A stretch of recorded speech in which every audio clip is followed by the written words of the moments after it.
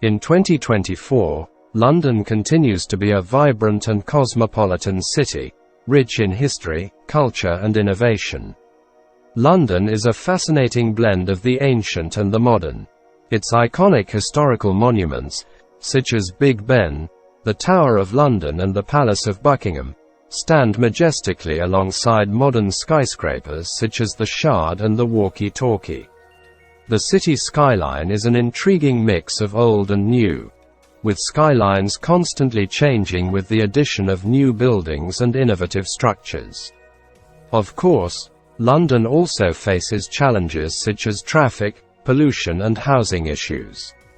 However, the city is determined to find innovative solutions to address these challenges, with plans to build more affordable housing, expand low-emission zones and invest in sustainable mobility.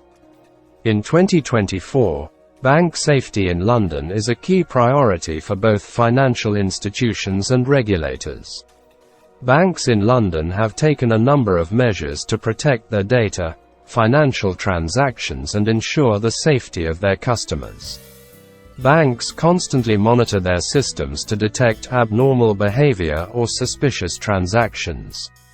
Automated monitoring systems and real-time data analysis help to quickly detect and address security threats. But this was not always the case. In the late 1960s and throughout the 1970s, London and the UK faced a series of challenges and crises that had a lasting impact on society.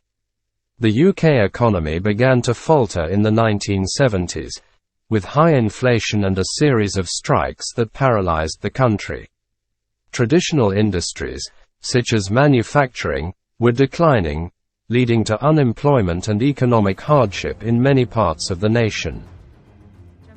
In 1970, Anthony Gavin, a 38-year-old photographer from North London, began planning a burglary at the Lloyd Bank branch at 187 Baker Street in the Marylebone district of the City of Westminster, London.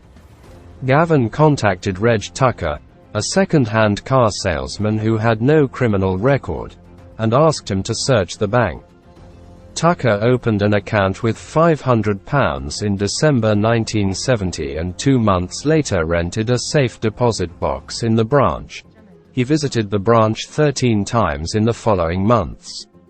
Banking practice at the time was for staff to leave customers alone while visiting the vault. As soon as Tucker was alone, he measured the room using the span of his arms and an umbrella he carried. He was helped to get exact measurements from the regular-sized floor tiles, each of which was 23 centimeters square.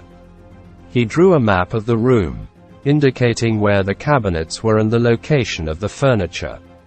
Thomas Stevens, another second-hand car salesman with no criminal record, was contacted to acquire the tools needed for the break-in, including a thermal lance and a 100-ton jack. One of Gavin's friends, Bobby Mills, was employed as a lookout. 2 other men were called in for the job, one of whom was an explosives expert. Another of Gavin's friends, Mickey Skinny Gervais, an anti-theft expert, became part of the heist, as did 2 men who were never identified, Little Legs, and Th. In May 1971, the owners of the Lassac leather goods shop at 189 Baker Street, 2 doors down from the bank, sold the lease on the premises for £10,000 to Benjamin Wolfe, a 64-year-old ornament and knick-knack salesman, and a contact of several gang members.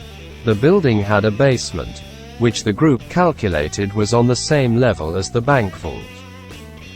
It was a matter of digging the tunnel to the bank at night, after all the shops were closed. The digging began in the basement of the leather shop. Holidays were from Friday to Monday, but the nearby restaurant was only closed on Sundays. So the tunnel construction was mainly done on Sundays. This job alone took about 3 months. In order to avoid any unpleasant incidents during the construction of the tunnel, one of the team members was stationed on top of a nearby building with a walkie-talkie to inform them of any suspicious movements. A person living within an 800-meter radius of the bank named Robert Rowlands used to decode and listen to the radio waves for passion. While doing so, he happened to overhear their walkie-talkie conversation. He immediately informed the police. But the police thought it was just a farce, because a license is required to decode such radio waves.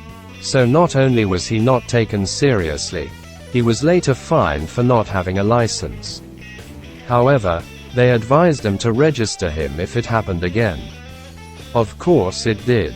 This time he informed Scotland Yard directly. He gave a clear indication that a bank robbery was about to take place somewhere nearby. There were 750 banks in the surrounding areas. The police began checking every bank. For days they searched every bank in the area. Meanwhile, the tunnel reached under the bank vault. But the floor was made of such thick concrete that it could not be demolished except by an explosion. So one Sunday they blew up the floor. But because of the fire and smoke, they had to get out and escape. Then they removed the rubble from the floor and went inside. The security deposits were broken into and ransacked one after the other. While the vault robbery was in progress, the police arrived there to check the bank. When they reached the vault door, they found that there were no signs of robbery. And since it was closed in time, if it had been closed on Friday, it could only be opened on Monday. Despite the police and the thieves on both sides of the vault, the police were unable to find anything. Meanwhile, an employee of the restaurant had heard the explosion, but did not take it seriously. So, despite months of waiting, they managed to pull off the robbery successfully. We might ask why such a large bank does not have a security alarm. Right, there is. But they had learned that the alarm in the bank had been deactivated for a few days due to frequent false alarms caused by construction work in a building across the street.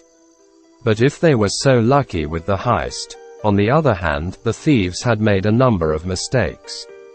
And this helped the police to catch them. Not only that, there is another shocking twist behind this robbery. When the bank opened on Monday after the weekend break, the employees left with their hands on their heads. All the security lockers inside the vault had been broken into. Along with them, someone's valuable and confidential files were stolen. But not even the bank was able to calculate their value, because the bank had no precise information on what was kept in the security locker. The bank estimated the loss at around £3 million.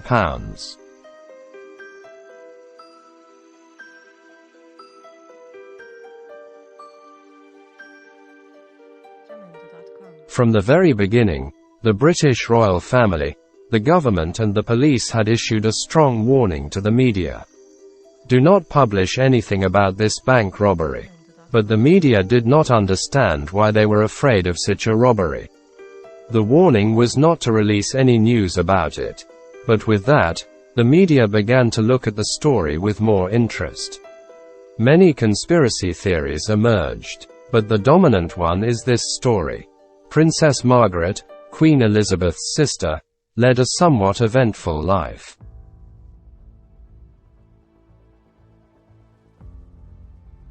Tenth took several nude and racy photos of the princess while she was on holiday with other men.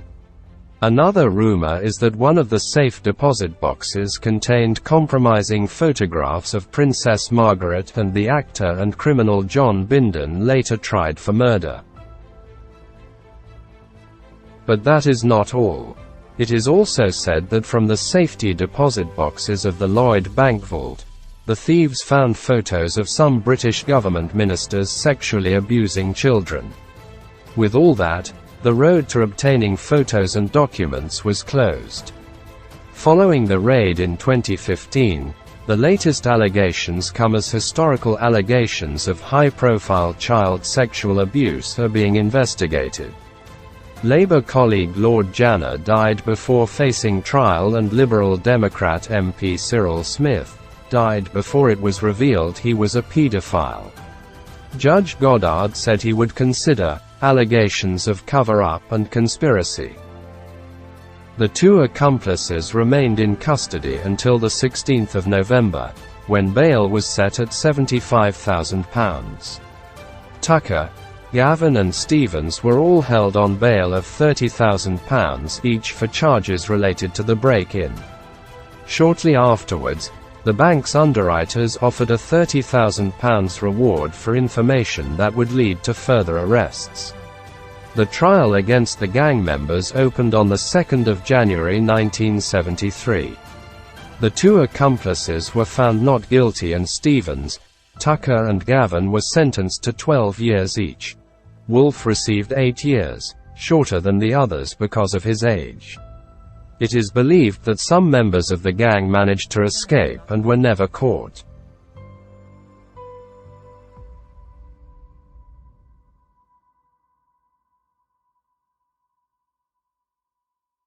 Jamendo.com